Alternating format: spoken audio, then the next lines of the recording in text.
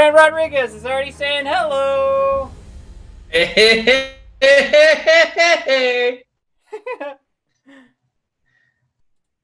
Well, Mike, where's our intro? Is it time? It's time. Is it time for an intro? Oh, man. Hi, everybody. And hi, Brent. And welcome to a coconut cracking, Kevin Owens Yabba Dabba Kato doing brother versus brother, Uso versus Uso pushing episode of the Brothers of Discussion. We're going to talk everything from the fallout of this week's Super Duper Mega Powers Tuesday Part 2, injury protocols, which I'm sure is at the tip of everybody's toes. And, Matt, we're going to make some time to identify the leader of Retribution. My God, we're going to give you the inside scoop there. We're going to give you a teaser. You got to wait all the way to the end. We're going to drop his name, but you probably know who it is if you're on Twitter for 5 seconds yesterday. Matt, we're going to make time for all that and so much more, including microwaved cider with cinnamon flakes in it. Matt, it hasn't been a full week of hot, tasty wrestling. It's been 5 days since last we spoke. How are things over there? I'm doing pretty good. This is my fault that we're going early, but we're gonna go early and quick. Cause Matt's got.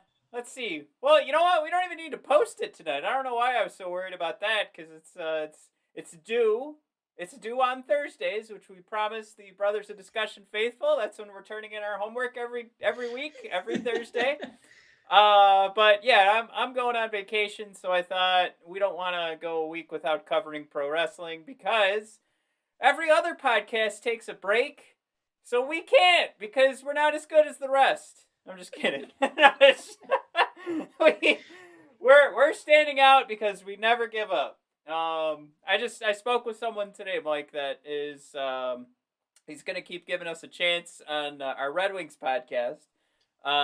Because I heard about that. He likes that we have consistent content coming out on a weekly basis. What he doesn't like is when his podcasts go on hiatus, which, as we all know, there's things like Wings for Breakfast brought to us by The Athletic, and they just felt like they were done producing content. And you know what? The Brothers of Discussion don't do that. And he said we sound knowledgeable, so 2 strikes against the competition. We're smart, kind of. We be smart and they be dumb. Well, I heard he liked our pronunciation of hockey players' names, so I don't know if he listened to an episode when I was on vacation or what happened, but glad he caught the one where we didn't flub it up. Big news. Matt, before we dive into a quick, I don't know if it's going to be a half-hour power half-hour show. It's going to be shorter than Finn Balor versus Adam Cole. Matt, where can the beautiful people find us? Well, find us. You can see us in the top corner there at BOD Podcast on Twitter and at brothers_of_discussion on Instagram. If you're seeing us right now, best thing you can do is head on over to YouTube and subscribe because then you will get those updates. You know how YouTube loves to update you when if you've got your app.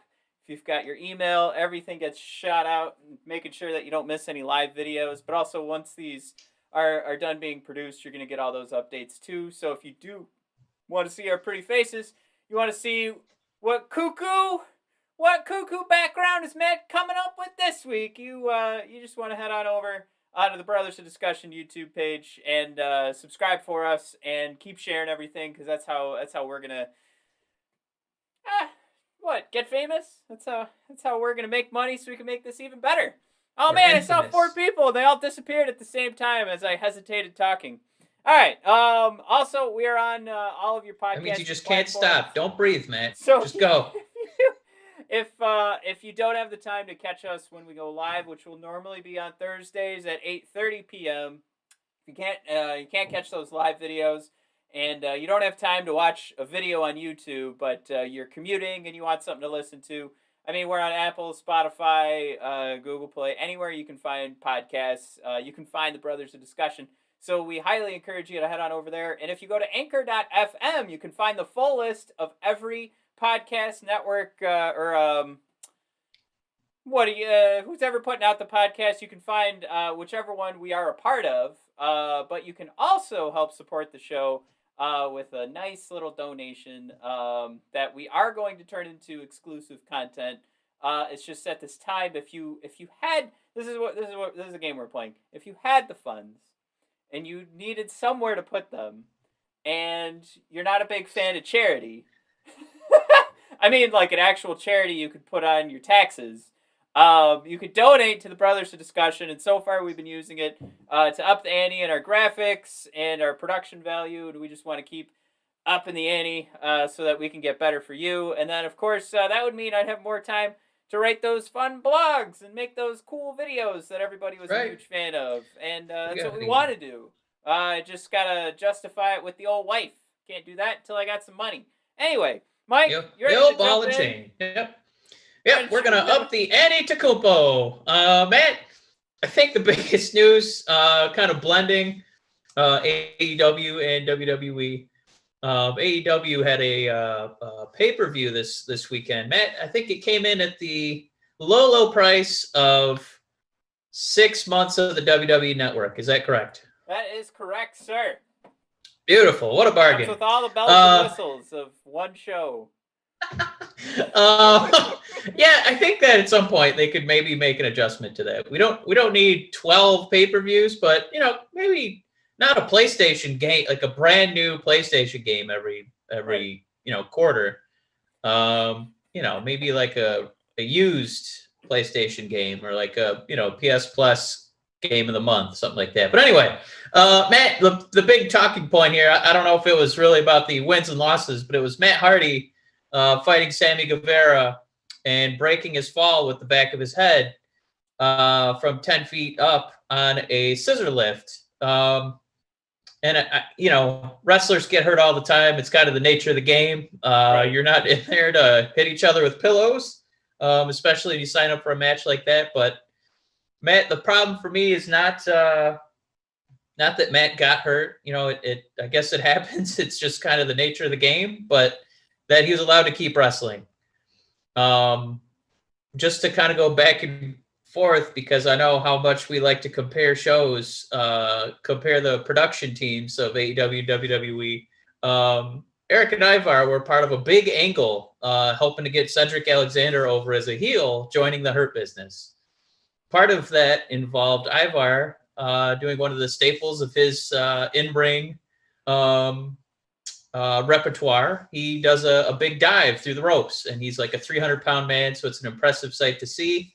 It looks like it was still kind of a mysterious injury. It looked kind of scary the way that MVP was laying underneath Ivar and refused to move. So I was kind of worried it had something to do with his neck, his spine, because I don't think MVP would have just laid there to make sure, he didn't jostle him. Right. So where Matt Hardy was allowed to keep wrestling, Matt, after breaking his fall with his head, in a spot where it's an 8-man tag, or I think it was 6 or 8-man tag. We could have hit Ivar for a little bit. The referee immediately took the first opportunity he could to make a decision, end the match, and get medical assistance out for Ivar. To the point where the match ended on a kick out, and the ref just called for the bell and said, that's it. So, Matt, I guess to be fair, I don't want to steal all the thunder. I kind of want to throw it your way after kind of laying out what we're looking at here. It's too easy to say, was there a better way to handle this? But is it something where you're just in the moment as an AEW production team? You're working with Extreme Matt Hardy, where you just keep going. Is it a little bit understandable just because it happens so quick? I would say no, and I want to pull back on bringing up the Ivar thing, because if we're gonna be real with one side, I want to be real with the WWE. They probably went into tonight and they were like, look, we're not, after we just saw what happened to one of our good pals, Matt Hardy, no matter what he wants to say on social media about, whatever his feelings are about the WWE, they know that he's done a lot of good. And they said, we just saw him smack his head on the concrete from 10 or 15 feet. we are not. Whatever you do, if you have any question, you end the match. If it is a question, I'm famous, Mike, for being at least within our family. I question a lot of things, and I usually say if it is questionable, you say no, and I actually say that with things as touchy as the hashtag retire91 for the Detroit Red Wings. I always say if it becomes questionable, you just say no. So once it's at that point where there's no more questions, it's where you can keep moving. So let's apply that to pro wrestling. Is it possible that Matt Hardy was with it? We just asked a question, right? Boom, done. Match over. We don't. You shouldn't be playing the game of let's figure out what's going on with Matt Hardy, because that instantly becomes a human who is not in the position to answer questions properly. You can't trust him to make the right choice. I know we both love the movie The Wrestler, but you can't just let guys go out and kill themselves. I'm sorry. I mean, especially when you've got Rebby Hardy on Twitter, like yelling at Matt and then yelling at AEW. So obviously Matt Hardy has a lot to live for. He is not in the position of Randy the Ram Robinson. Joking aside, this isn't really a joking matter, but to go back to that question, I think I hemmed and hawed and I hesitated, but really no, there's only one way to handle that. You end the match. By other accounts, and not only and not my own, not just my own, but I also was able to listen to the Disco Inferno and Conan podcast, so they also agree with me. Everything on that broadcast looked like the match was over. I kind of stopped, like I pulled out a little bit. I was shocked when I kind of shot back in. My eyes caught the screen, and I saw Matt Hardy stumbling to the end of this match. Not two parts here, and then I'll let you jump back in. Matt Hardy's wrestling again, and I had turned my brain off because I'm like, okay, this match is done because Matt Hardy hurt his head. And, you're jumping on Twitter to see what's going on, to see if somebody has any information. But the other part, the part two, is that Matt Hardy is still visibly shook by this. By the fact that he can't get his 2 feet underneath him to finish this match. And the finish is him climbing higher.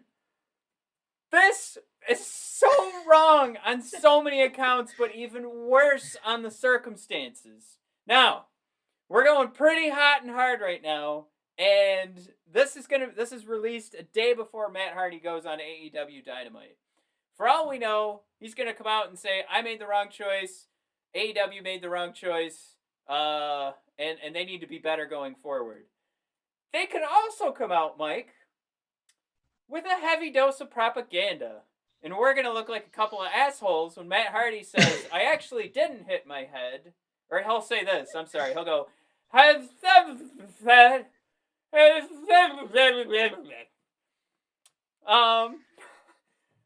does he sound like Cartman with a face full of pasta? But they'll cut to black, and you'll see AEW swipe the screen, and TNT will put the contract right in the shredder. No, I again, I bring it to jokes because that's what we do. But that's personally going hard into this because I still feel pretty passionate about this. Yeah. I'm a little worried that tomorrow they're gonna come out with some AEW propaganda, and he's gonna say I'm fearful selfishly of we're gonna go hard into this, and then we're gonna look like jerks if they do come out and say he never actually hit his head, it's bad camera angles. We just took him to the hospital for precautionary reasons, and Matt Hardy's gonna go out there and apologize for Rebby. We know that's not what happened. We saw it. We saw what happened. Right. So I guess the fear isn't necessarily that AEW does that. Is that there are a lot of people that will trust anything AEW says, and I think the capper on all this, when I'm done and I let you talk and then we wrap up this whole story, is that AEW is just as full of shit as WWE. I think that's the thing we found out, that they aren't necessarily that company that has done so many different. Well, everybody can wrestle. We're so much better than WWE. And what have we seen? There's almost no such thing as women's wrestling in AEW, and they also let Matt Hardy almost die. So I know. If I have to see one more segment about how much they care about the safety of their wrestlers, because a few of them put a mask on coming down the entrance ramp. You know what? No. Right. No. That's garbage. We've seen head chair shots, pile drivers, Matt Hardy breaking his fall with the skull. They're not that worried about the safety of the wrestlers. That's real quick. Another good one is Matt Hardy had just had head trauma like 2 or 3 weeks ago. Right.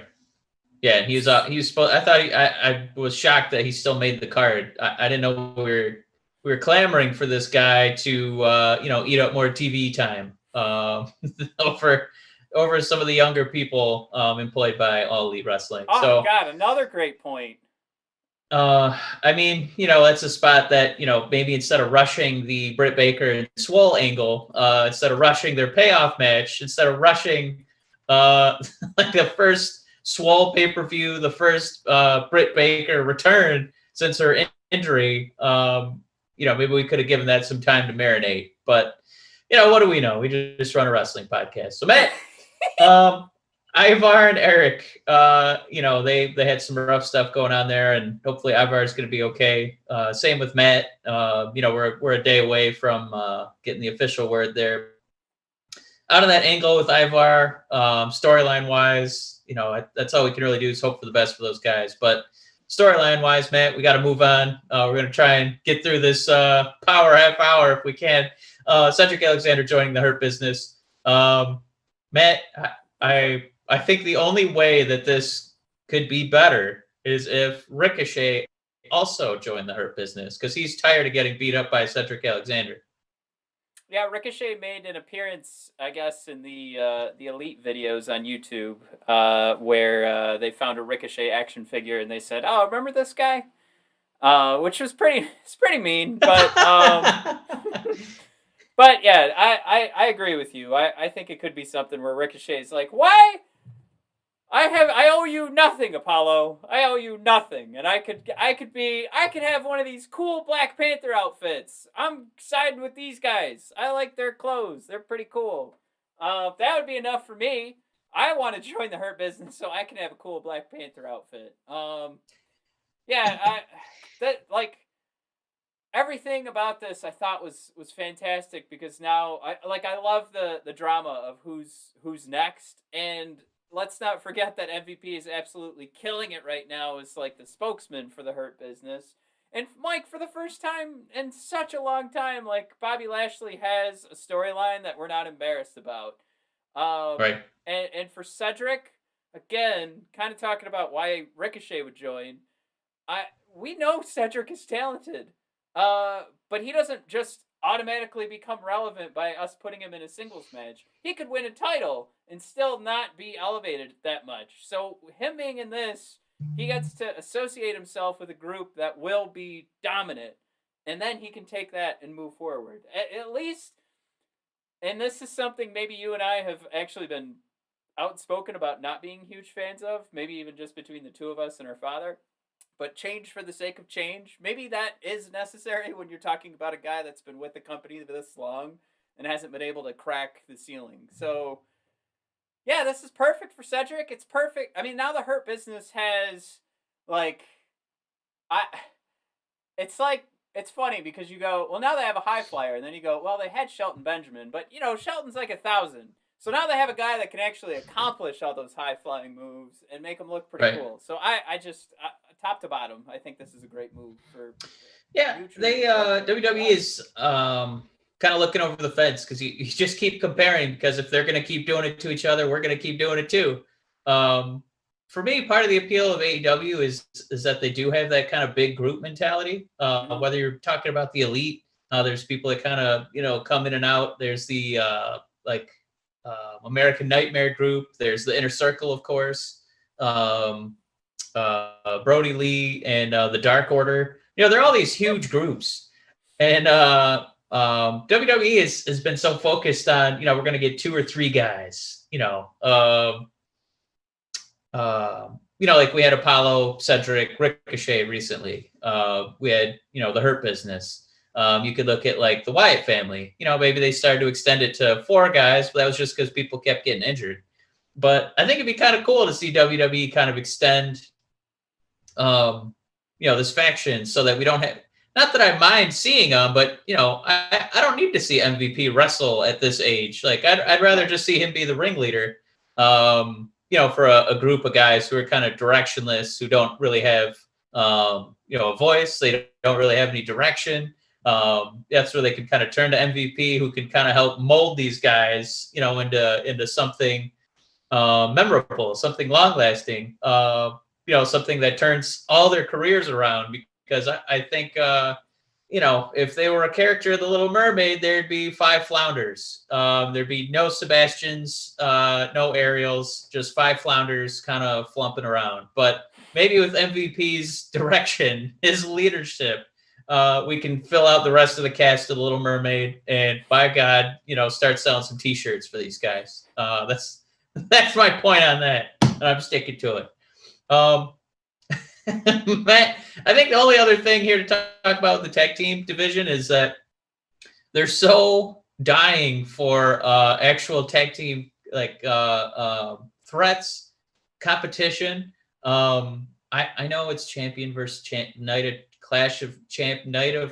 I don't know. It's the champion. It's the champions pay-per-view around the corner. Nakamura and Cesaro are challenging the Street Profits. And it's just, if it wasn't them, I honestly couldn't tell you who else it would be. We just saw the release of Akam and Razor. Yep. The 2, the Wolf and the Big Tortoise from the second Ninja Turtles movie. They're out. Eric and Ivar obviously going to be on the shelf for a little while.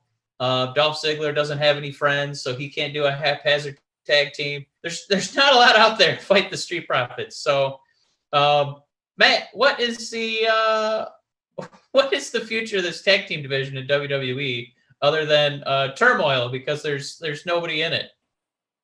Well, yeah, you ready for Breezango to challenge at Survivor Series? Get the call That's up. all I've got. No, it's then we start playing that game of who's in Retribution, when is Undisputed Era coming up, and we just keep playing this game of, well, there's got to be somebody who's not on the roster, right? Because the New Day's got to get back together. Yeah, it's a tough pickle. I think the one spot, because we just had that fatal 4-way for the NXT Championship, and we had 2 guys who, didn't really get to factor into the finals and the ultimate outcome tonight. Maybe this is where we finally see DIY getting back together. Yeah. Sorry. I stole your No, thunder. I mean, even if it's short-lived, there's no tag teams. So, and like with what WWE's doing, when I started watching Raw this week, I thought, because I watched it on Hulu, I thought I was watching an old episode. The same 5 storylines are still going. Angel Garza, Andrade. Yeah, I had to pull up which episode I was watching because it's the exact same feuds from before SummerSlam. Right. No, I think I've done that quite a few times. I mean, also you're getting a main event of Keith Lee and Randy Orton. Yeah. I felt like the main roster had actually been heading in a pretty good direction these last few weeks, and this week just didn't do it for me. I didn't wet my noodle. No wet dry noodles noodle over here. But Mike, did you get a wet noodle for what happened at NXT Super Tuesday Part 2? For some reason, the very first thing that happened. I missed it. I missed it. Much like NXT did. I managed to tune in because I was like, oh, I did want to see that. I almost called him Brodus. I did want to see that Bronson Reed match. Yeah. And then there was Finn Balor and Adam Cole, man. Finn becomes the two-time champ with Nakamura. That's the second time we brought him up today. And I believe Samoa Joe, also a two-time champ. It was work rate. It wasn't a couple of meaty men slapping meat. It wasn't work rate though, because they didn't go that long. It was. They were tired from last week. Yeah. It reminded me. The Denver Nuggets just played a horrific Game 7 against the Utah Jazz, a game that ended 80-78. It was basically the NCAA championship game. There's that few points scored because the teams were exhausted. That's how this match kind of played out. It looked like Game 7 between two basketball teams who have been operating in a Disney bubble and were exhausted and want to go home. That's what it looked like tonight. I'll go home. Just knife edge me to death. There are some interesting parts here, though, because we did. I think that this was easily Randy Orton's least favorite title match of all time because there was a lot of thigh slapping in this match. A lot of thigh slapping. If I could put my thought out there, no. After the match, there wasn't too sweet between Adam Cole and Finn Balor. Now, this is quite. I think it's quite a ways to go to make sure that Adam Cole and Finn Balor still look like buddies. You don't have to do that. It's Adam Cole. Adam Cole gets upset at everything. He's the whiny heel. If he loses, I don't know if it was just to make sure that Finn still looked like a heel, or just like that reminder. So they did the too sweet. But you're watching two heels go at it right now. You better not enjoy one of them winning. But I wonder if we're getting a Balor Club Undisputed Era Bullet Club thingy because AJ Styles also retweeted it. Oh, no. Look at Matt reading those tea leaves, huh? Hell yeah. One glass of kombucha. Now he's Mr. Tea Leaf. It's kombucha. It's Kirkland brand. Oh. So you know it's good. Where is it? Well, the first syllable is come. That's all we need to know. So I'm not going to read that kind of message into it. I was just kind of bummed because in the aftermath, in the post-game interview, they asked Adam Cole, wow, lost, huh? And he's like, well, Finn Balor, he better hope, boys and girls, that I don't get another chance because you know what's going to happen is next time, the outcome is going to be different. And that is undisputed. Yeah. What? Maybe they have like months to put these promos together, and it just so happened that this time. Maybe they have seconds to put those promos together. No, I'm like, right. This instance, just seconds. Mere seconds. But normally, when you've got Karrion Kross ready to hold the title for a few months, and Adam Cole was like, I'm headed to the main roster. No, you're not. You're going to fight Finn Balor. I'm headed to the main roster, guys. No. He's got a train ticket and a little suitcase. He's really excited. Yeah. But the train is left. Yeah. Roddy and Fish are putting a little salt on the little makeshift snow scene there on the table on the choo-choo. Head on over to Vermont. All right. Raw. I'm inventing Raw, and I'll be wrestling for that Universal title. Well, we didn't beat our 30 minutes thing, Mike. So is there anything else Son you of a want to bitch. go over before we wrap up? I would say, two quick things. Matt, Roman Reigns' first opponent for the WWE Championship is Jimmy Uso, I think. I need. See? No, I'm glad this is happening because I agree. I have no fucking clue, but it's one of Usos. Yeah, where's Michael Cole? He's the only one I feel who knows who's who. But I think if you're gonna make Uso is the Jey it's Uso Jey number Uso. one contender. Oh, all right, Matt. Hot tag. Go for it. Hot tag. Oh wait. Fire up the graphic. Hot tag. Matt, who would get Roman over as a heel quicker? A rematch versus The Fiend, or Roman annihilating his Uso? I really, really, really wanted the question to be Jimmy or Jey Uso.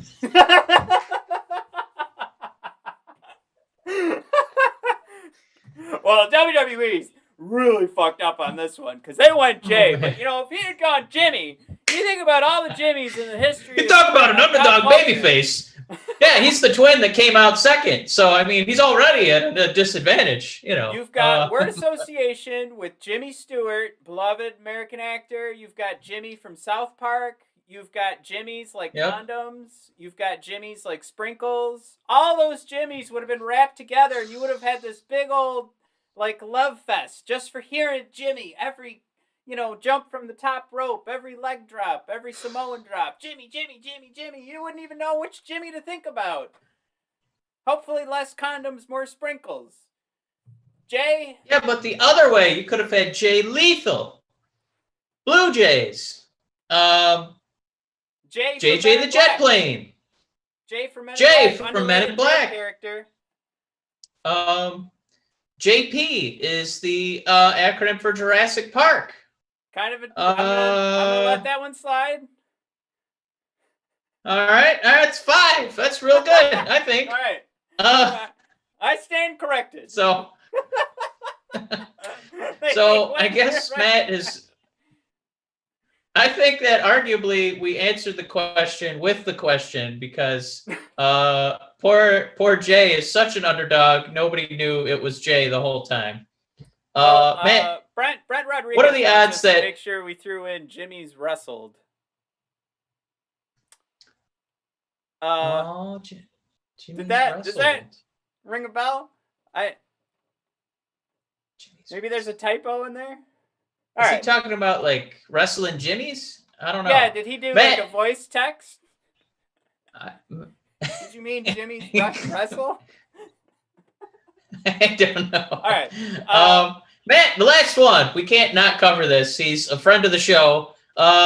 Pretty confident about who the leader of Retribution is. We made it all the way through the power half hour with the big reveal. It's got to be Dominic Dijakovic. Oh, God, I stole the thunder again. I just was kidding. You son of a bitch. I'm sorry. It is Dominic, isn't it? They put a voice distorter on him, so he sounded like Darth Vader, but you could still tell it was Dominic. That was him. I mean, somebody took... I don't want to hear anything else.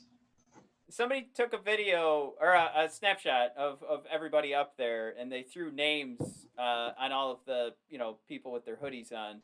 And it was Dijakovic was the only one. I was like, holy shit, that definitely is Dijakovic standing there with his hoodie and his black mask. That makes perfect sense then, because that's the only guy I knew was in Retribution. Changing the jet plane, yeah. Thank you, Venus Blue. What? Sorry, go ahead, man. I was excited. Somebody liked the JJ the Jet Plane. Matt, you are going about Dominic Dijakovic. Wait, who liked JJ the Jet Plane? Matt's gone. Oh man. No, I was just gonna say, we've done two things, right? We start calling up these NXT guys. We make them lose their names, lose their gimmicks. Keith Lee used to have a cool song. Before he would run into you, he would do this hesitation move. So then the moves would look more explosive when he hit you. Now he just kind of lumbers over and crashes. Like Winnie the Pooh running over to get stuck in a tree. I'm not a huge fan of the Keith Lee reimagining. I think whoever told him to stop the hesitation move, F. But whoever's behind this Dominic Dijakovic, Matt, as much as I liked Feast Your Eyes, I do think that, when he did like you'd point your eyes, and you'd point at his eyes. I still think when he feasted, he should have had like a little bowl of porridge or something like feast your eyes. And because he didn't have the bowl of porridge, now he's going to lead a Nexus-like revolution in WWE where he takes over arenas. He gets, he invades the stagehands. He's playing with the lights. I think that Matt, do you think hot tag here, if you want to throw the graphic, do you think they're going overboard with the high techness of their sabotaging of the WWE program? Would it mean more? Would it be a more powerful site if they just turned the lights out once in a while, went to commercial? I think I just want to see them destroy everything every week. I just like the idea. Man, that is Roman Reigns' gimmick. Come on. He wrecks everything and leaves. Like the idea of them just not getting, that's supposed to be fake. This every week we have to buy a new ring ropes. We have to get new cameras. You guys need to stop it. There's a different way to do this. We have the power. We have the money to like the $1 million. I think they should. We have the technology to make this look. They should really do things that will make the investors upset. Introducing new 2020 WWE ice cream pops. And then they come out, whoa, it's like 400 calories. Yeah, this is vanilla and it's supposed to be chocolate. It's like 80% corn syrup, Retribution, get out of here. We're trying to sell ice cream pops. Or when they pull out those toys and it never really looks like John Cena. It always kind of looks like he's having a stroke. And you can just go to Pro Wrestling Tees and get a strikingly realistic John Cena figure. If Brent's still paying attention. I know he's a big John Cena fan and he would love a very realistic John Cena toy. You don't want WWE.com toys. You want to go to Pro Wrestling Tees. It's some good stuff. But yeah, if Retribution came out and showed a back-to-back of what WWE's selling, and then we could get on Pro Wrestling Tees, I mean, that would definitely fuck up WWE for sure. Well, Mike, I think now is as good a time as any. Wrap it up. That's right. I almost got through a whole episode without cursing, but there we go. We did say we wanted to wrap up early today, so thanks for tuning in. If you are watching on YouTube right now, please subscribe. Let us know what we're doing right or doing wrong. We always appreciate the feedback. Like I said earlier, we got feedback from a new fan, and I'm going to take their advice. So whatever you guys want to see to make sure we keep doing it. This was a shorter than usual episode, but tune in on Thursdays at 8:30 p.m. That's our usual time to go live. This week is my fault. But if you do want to follow the Brothers of Discussion every way possible, you need to go to bodpodcast.com or brothersofdiscussion.com, where you can find links to our Twitter and Instagram. It's at bodpodcast on Twitter, at brothers_of_discussion. Damn it, I fucked it up. At BOD Podcast on Twitter, at brothers_of_discussion on Instagram. Oh, no, I did say it right. And then just go over to anchor.fm/brothers of discussion to see everything else. Anywhere that you need to find the Brothers of Discussion on a podcast thingy, we're there. Just all the links are at anchor.fm/brothers of discussion. We forgot to say rest in peace. Otis Dozovich is shot at a championship because he lost his briefcase. Otis, rest in peace. It never was, but it was for me. It was real to me, damn it. Good night, and Yucky!